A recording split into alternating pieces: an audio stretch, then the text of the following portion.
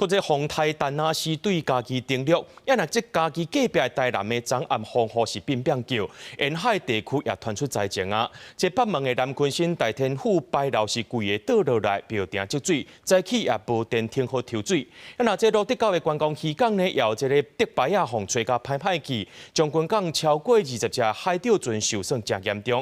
啊，那讲到这七股的10分里呢，有300多户，这厝顶的红叶拢是吹甲四界飞。啊，那大铁厝的这个纺织厂呢，铁片是吹了，剩骨架尔。啊，那伫咧这安南区的滨海公路加油站，因为停电，无法度替人客加油。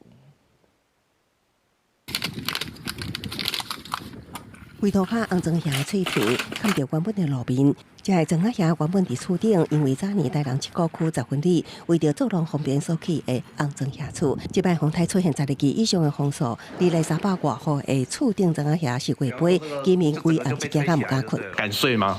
没有睡，还没睡。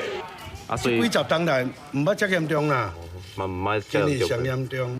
这间对外货品的纺织厂也是受灾户，铁片大的纺织厂铁片全被风吹走，只剩架仔，损失至少200万。你看几片？几片？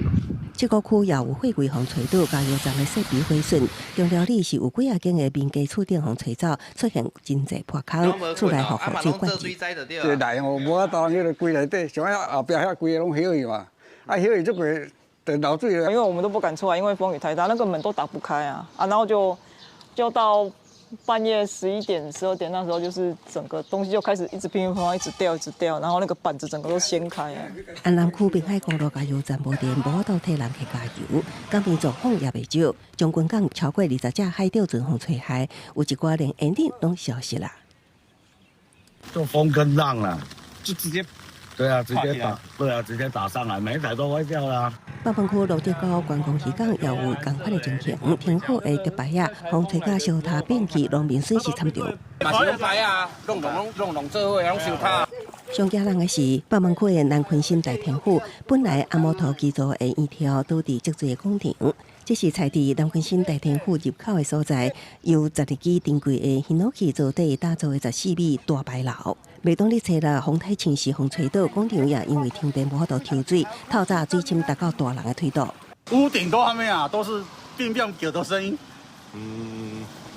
昨天这个倒的时候，你们有听到声音吗？没有，因为风太大了。